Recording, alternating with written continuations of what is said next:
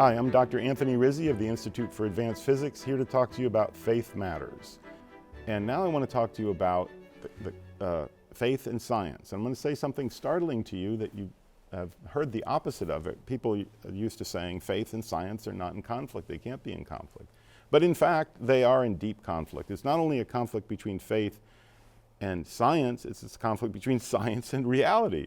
And this is a real problem that's not been addressed and it's not even been known. So I want to sort of bring this home to you that we have a problem that science as it's currently constituted, as you may know that I'm a physicist and I just really like science a lot and trying to get people to see how cool it is and how interesting it is. So I'm not attacking science per se, I'm just attacking the way we're doing the science now and how it doesn't do its final act, which is to bring us from the equation to reality. Instead, what it does is it creates an equation, and most people don't understand this. It starts with looking at things, but then it immediately puts everything that we know into an equation, a bunch of letters, you know, E equals mc squared.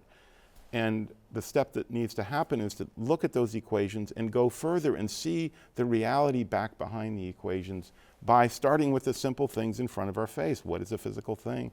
Property, substance, the things that you'll find in the Kids' Introduction to Physics, which is the solution to this problem that affects all of us. It affects all of us because our science, our ciencia, what does it mean? It means our knowledge. This is our knowledge. It's been trained into you and me by our teachers, by our parents, because this is our ciencia. It's permeated everything.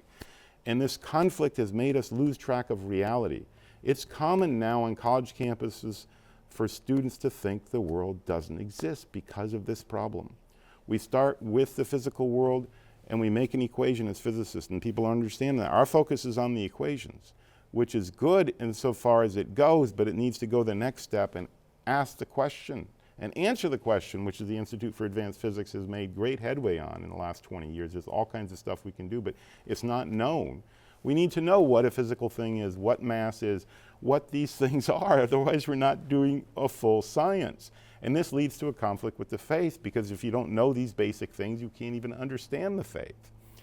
So I suggest you get the Kids' Introduction to Physics at iepweb.org and start healing the problem in yourself. Get the basic understanding that you need to understand the world and understand the great science and get an introduction to see how that essential conflict can't be. It is finally true that what we know about the physical world cannot conflict with the faith because it's the same God that authors them both. But right now the state is there in conflict. You can be part of the solution by getting the Kids' Introduction to Physics, reading it to yourself, to your children, to your family. God bless you, and thank you for listening to Faith Matters.